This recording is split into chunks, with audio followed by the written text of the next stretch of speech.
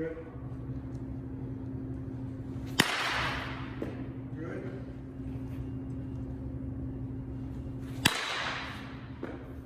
Okay, good.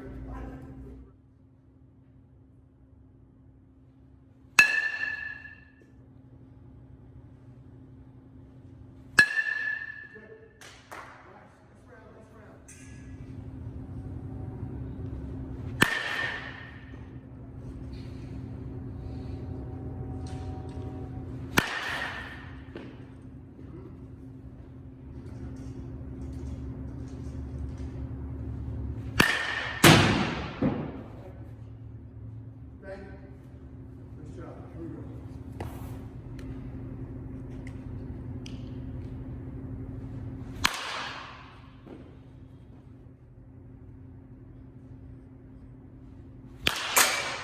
Thank you. Beautiful.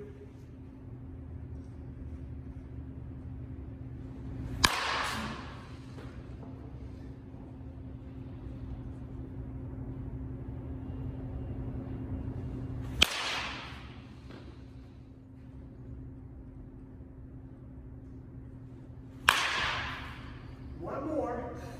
You know where we're going with this? Yeah. Here we go. Go through his face. Ever talk about that? Yeah. Come on. Make a fist. Right? And say, go through his face. Just go say it again. You know what I'm talking about? All right, here we go.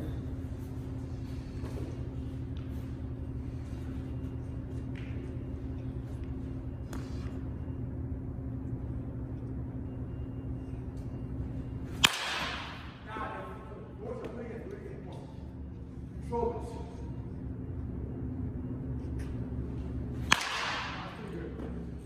The idea about through his face was the guys, the barrel of the bat fits, right?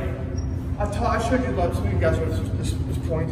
And on the inside pitches, I'm trying to get the fist, not to roundhouse around the ball like in boxing. Boom, boom, boom, boom. Hook it. I want to take the inside pitch, boom, boom, boom, get contact and go straight what? Straight through it. Okay, here we go. Jump in there again. All right, new tempo. Now listen to this. Andrew, Ryan. Right now, Ryan is doing his model, that press like Christian Yelich, spastically. Huh! You notice that? I can just say that when I'm batting, I can spastically, boom, get ready. Shake your finger. Say spastic is a bad word. It's a bad word for athletes. So I'm saying don't stop that model, that technique, that pattern of pressing down, and don't stop the tempo, the sudden tempo. Come down with it, be more control as you do it. Okay, control. That's the difference. It's control versus being spastic, right? Here we go.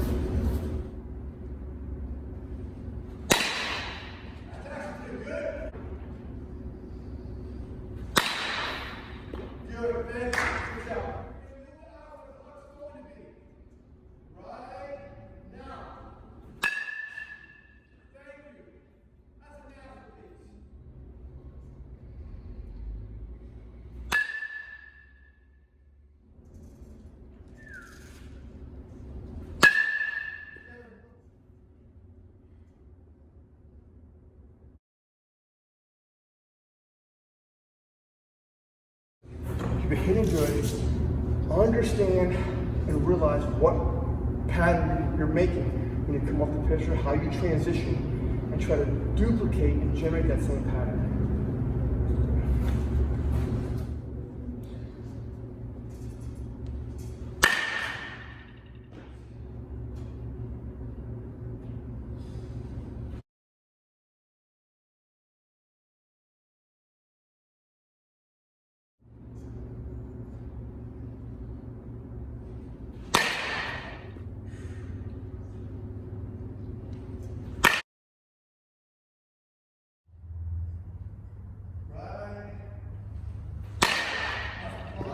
Slow motion.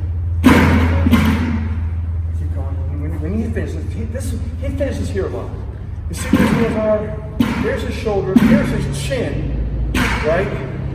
But this is like for years, and this is why I recommended that drill. Yes. To stay here. You follow me?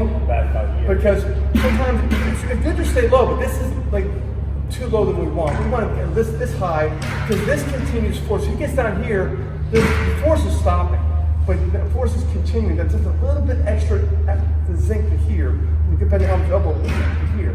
So that's what you used to say ear hole, right? You wanted him by his ear hole. And it was to help him to train. I can't stop here like this. Yeah, you know this. It's like that. This is Eli. Wait, no. We got to come up at least this high. You know what I mean? And sometimes you go too high, it's excessive also.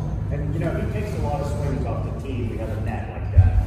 And I think him doing that over and over wrong is really building the wrong muscle memory. Why? Because he's not doing it right. And when he's doing it wrong or not perfect. Well, I'm not watching him all the time, but like you said, when he stops, if he's stopping short in all those reps, then he's building bad muscle memory. Here it is. The neuroscientists will tell you it's not muscle memory, Joe. Okay. It's right here. See, the brain's recording. The brain is recording it. And the brain says, oh, Eli, is this how you want us to do it? Okay. See what I mean? Oh, yeah. So now the brain has it recorded. Do it like this, do it like this, do it like this, not the other way. So we don't want to do it one time that way. We want to record it. Like Marty used to say, perfect practice makes perfect. Point dead. You got it. All right, here we go. Andrew. Down and come back. Yeah. Your hands going to go down here. Below the waist, come back up. Yes. All right, here we go.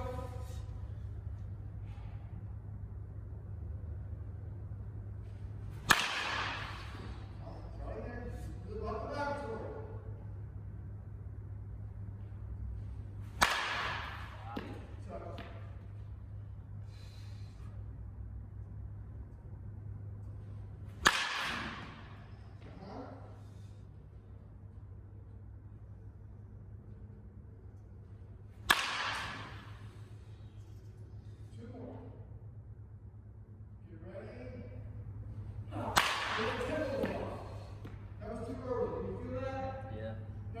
Go back to the first part. That's transition. The first part is about the ball. The second part is after I hit it.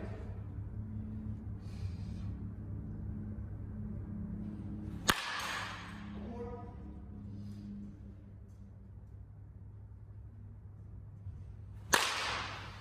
All right, here's the shot.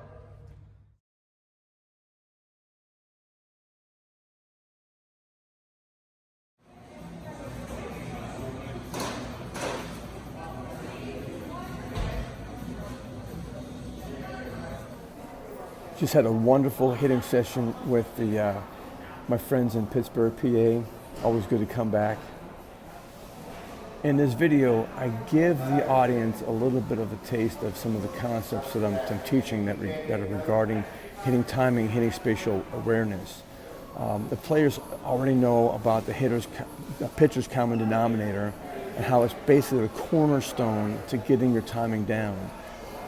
You use the pitcher's common denominator to get in sync or to like pair up your hitting model and your hitting tempo.